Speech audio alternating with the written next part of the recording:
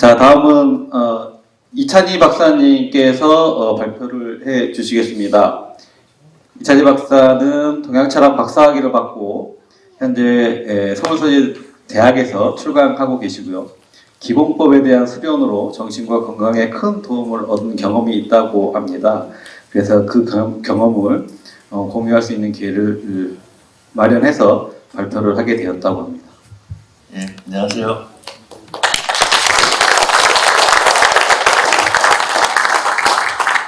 지금 대전교에서 교화사로 있고요. 저희 성균관대학교에서 대종교 연구로 철학박사학위를 받았습니다.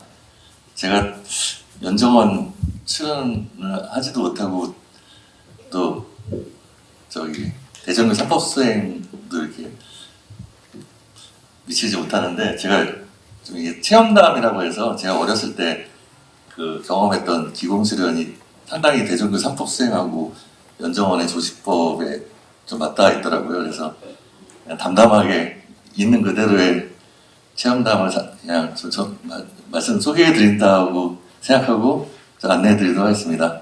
잘 부탁드립니다.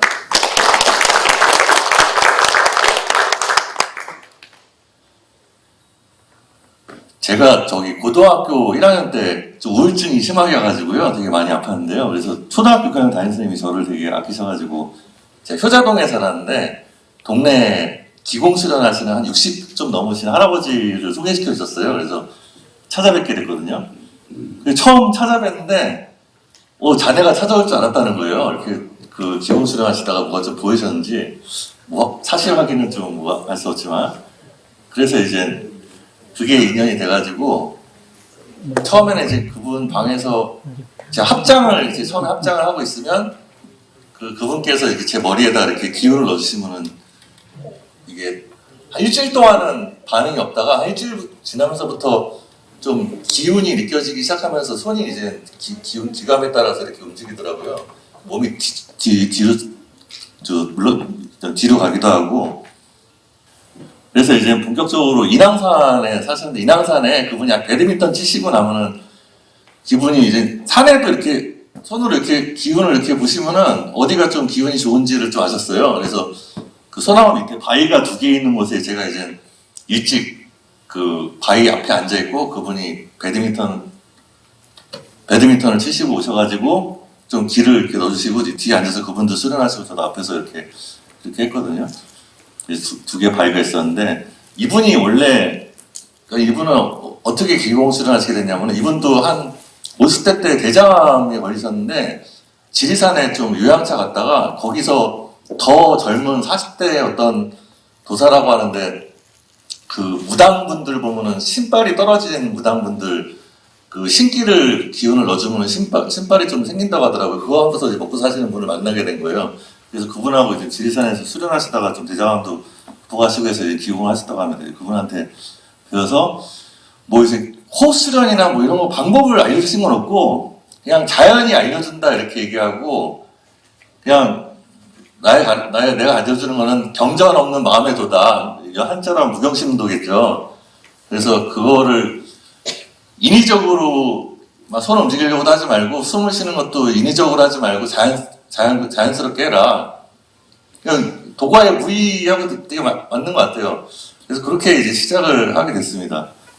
그러면 이게 정말 믿을 만한가? 제가 이제 인왕산, 그분 수강료를 받으시는 것도 아니고, 제가 인왕산 꼭대기에서 약수물을 떠가지고 이제 한 통씩 가져다 드리면 이제 그 성이니까 이제 계속 이제 같이 수련을 했는데, 그분은 이렇게 또 침을 놓으시더라고요. 이렇게 한의학을 배운 게 아니라, 침을 잡으면 기운에 따라가서 이렇게 아픈 데를 놓고 주변 사람들 치료하시고 하시더라고요. 지리산에서 수련하실 때도 지리산 이런 사람들 침으로 치료하면서 이제 먹을 거 받고 이렇게 해가지고 또 계속 수련하고 이렇게 하셨다고 하시더라고요.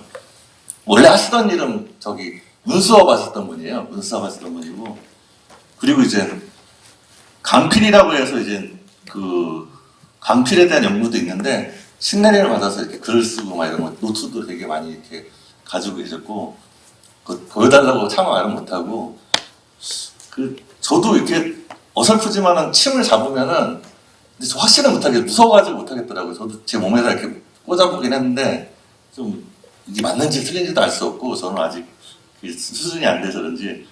근데 결정적으로 좀 섬뜩했던 거는, 어느 날 그 바위 2개 있는데 앞에 앉잖아요, 제가.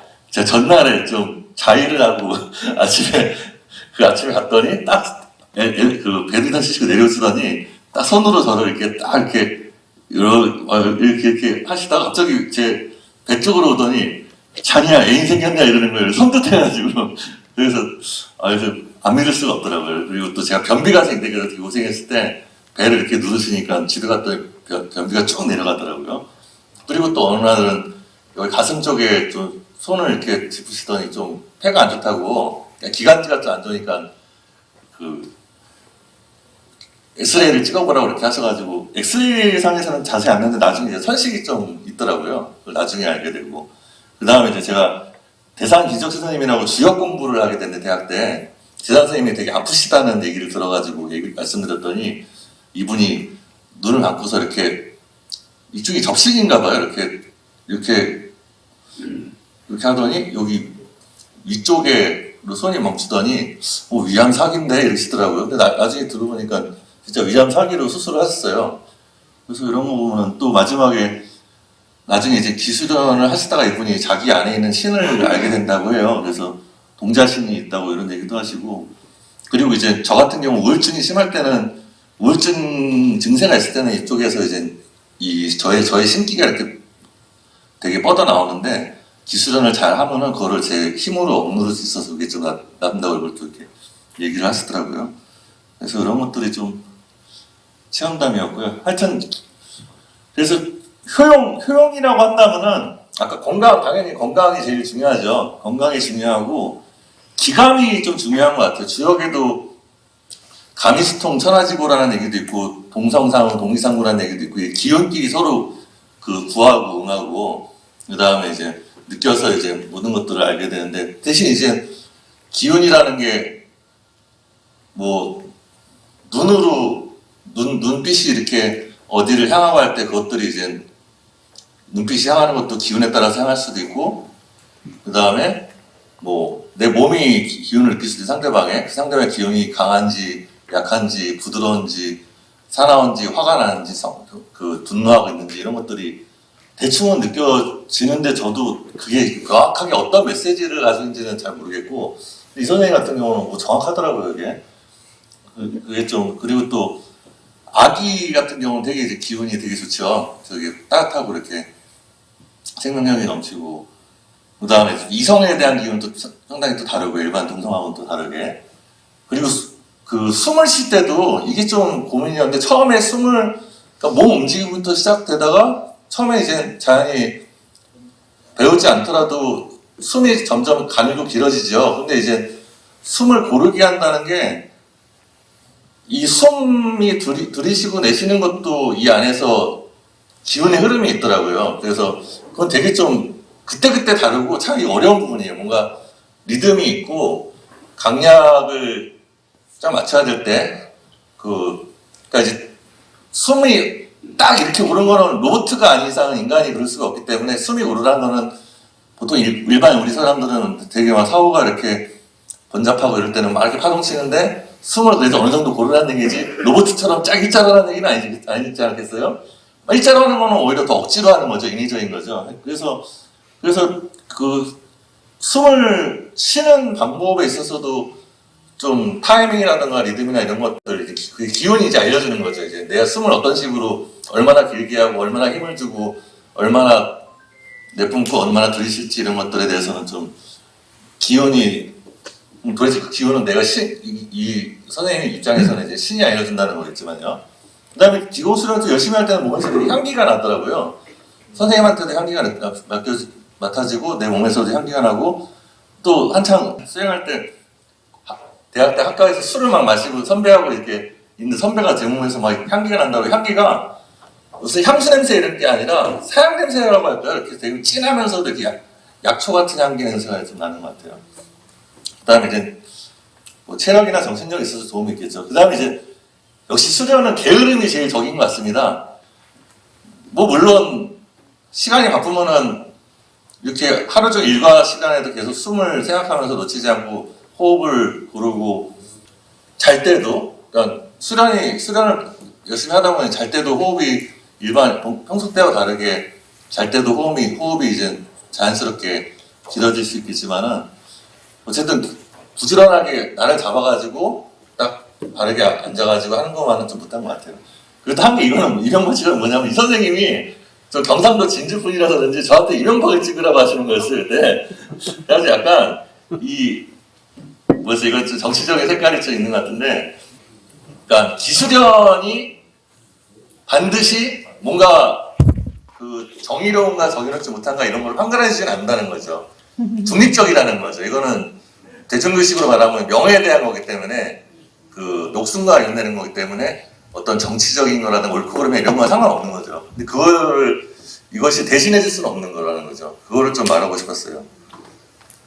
그 다음에 전망은 이제 좀 대종교 3법 수행하고 좀 관련해서 얘기하자면은 조식이 이제 말하자면 숨심의 기술이로서 이제 대종교에서도 대덕, 대려라고 할 때 조식은 대해에 해당해서 지혜에 해당하거든요. 근데 문제는 지감이라고 할 때 덕이 이제 깨달음일 텐데 불교의 이제 그 선수행 같은 그냥 뭔가 깨어있음, 그 다음에 이제 자유로움 이런 것들이 뒷받침이 안 됐을 때 조식만 했을 때는 좀 위험성이 좀 있을 수도 있다는 거죠. 이런 거를 좀 상기하고 싶고, 또 하나는 이제 금촉인데 금촉은 윤리거든요. 도덕이고 이런 것들은 아까 말한 게으름도 금촉에 해당되고, 그 다음에 도덕적으로 바른 행위라든가 이런 것들이 뒷받침이 안 됐을 때는 조식이 또 흔들릴 수가 있는 거고, 그래서 삼법수행의 장점은 이 세 가지가 다 같이 갔을 때 그 조식이 더 빛을 발하지, 조식만 하나만 딱 깐다고 해서 나머지가 다 해결되느냐? 그거는 좀 의문이 좀 들었어요. 그래서 이제 수행에서도 상교회통의 중요성이 있고, 그래서 참 아이러니가 역사적으로 보면 뭐 주의나 이태계 스님이나 다 수련을 했던 분들인데도 단명했잖아요.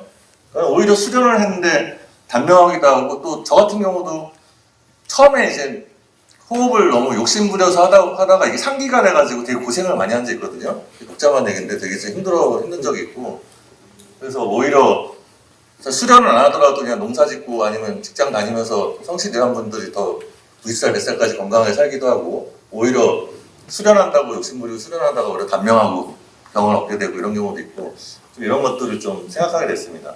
그래서 앞으로 전망은 좀 제가 전공 관련해서 또 대종교 신자기도 하니까 삼법수행이 뭔가 아직 구체적인 윤곽이 없는데 이런 것들을 좀 고민해 보려고 합니다. 예, 부족하지만 들어주셔서 감사드립니다.